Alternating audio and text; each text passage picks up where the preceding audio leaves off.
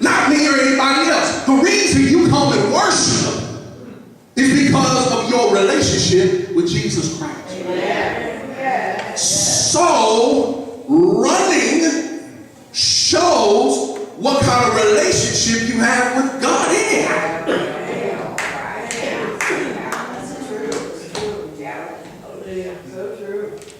And in turn, if we see somebody in pain, if we are not preparing ourselves to help that person and rectify a situation as God has given us the ability to, it shows how much relationship we have.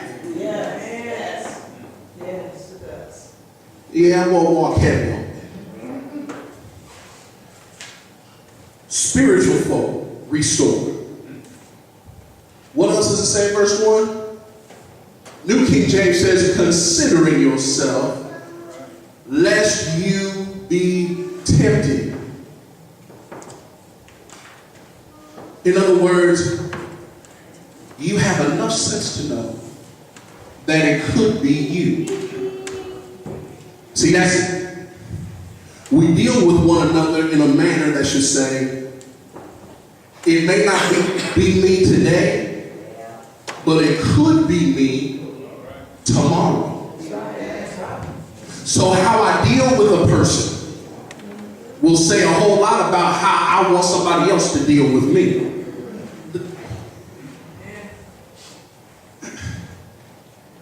Doesn't it talk about in the word about loving one another? Love your neighbor as yourself. But if you don't love yourself, I can see why. Yeah, you caught that. If you don't love yourself, I can see why you treat folk any old kind of way. But if you love yourself and you want somebody to show you the love of God, guess what? That's how we must function. Focusing on the transgression is not the issue. The issue is restoring the person so they don't have to go back.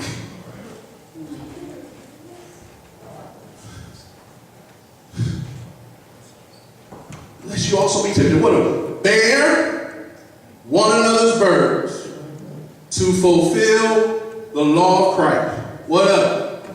For if anyone thinks himself or herself to be something, when he or she is nothing, he or she deceives themselves. Here's the reason why. We have a lot of pride issues in the global church. When folk get saved, they get convenient amnesia. How can you identify these folk? They go to conventions, district meetings,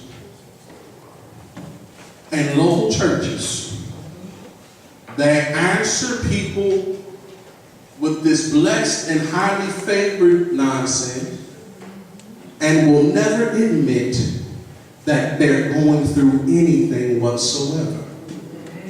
Because full disclosure would suggest that all of a sudden they are not as spiritual as they thought.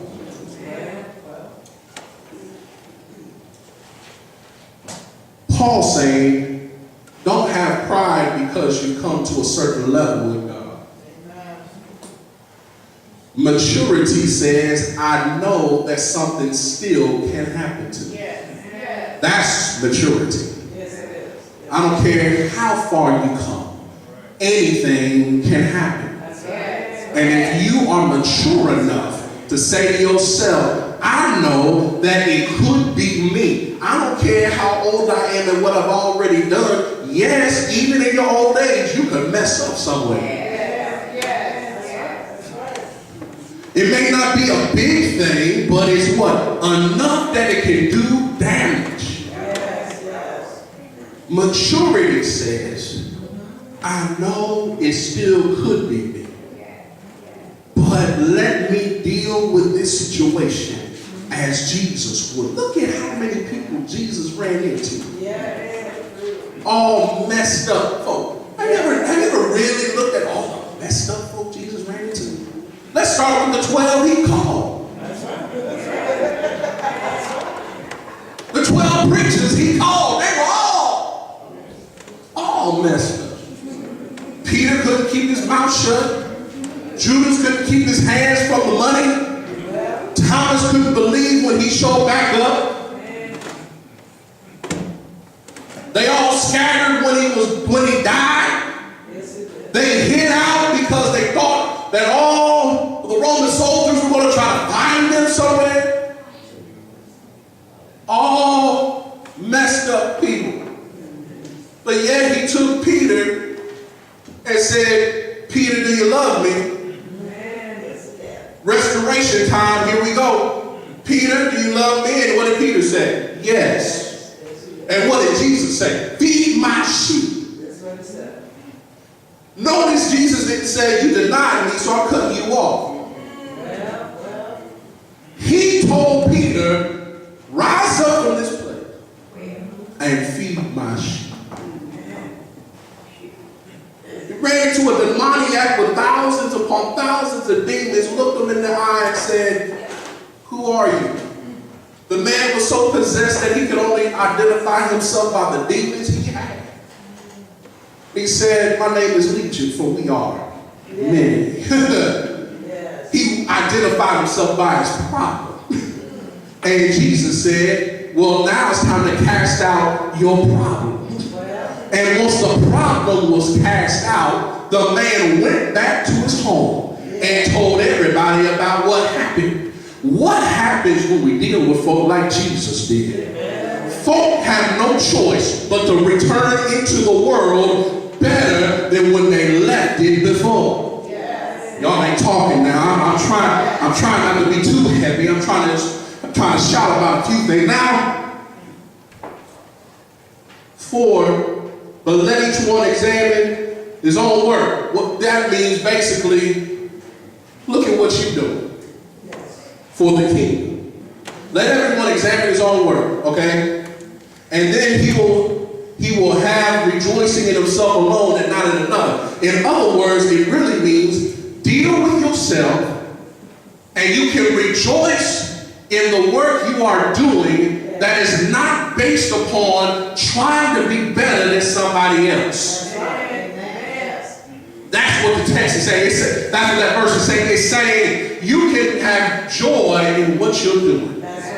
And it's genuine joy because you are not trying to do it to prove something to somebody else. All you trying to do is lift up Jesus, advance the kingdom, and show forth the love of God, and that's what good enough for you.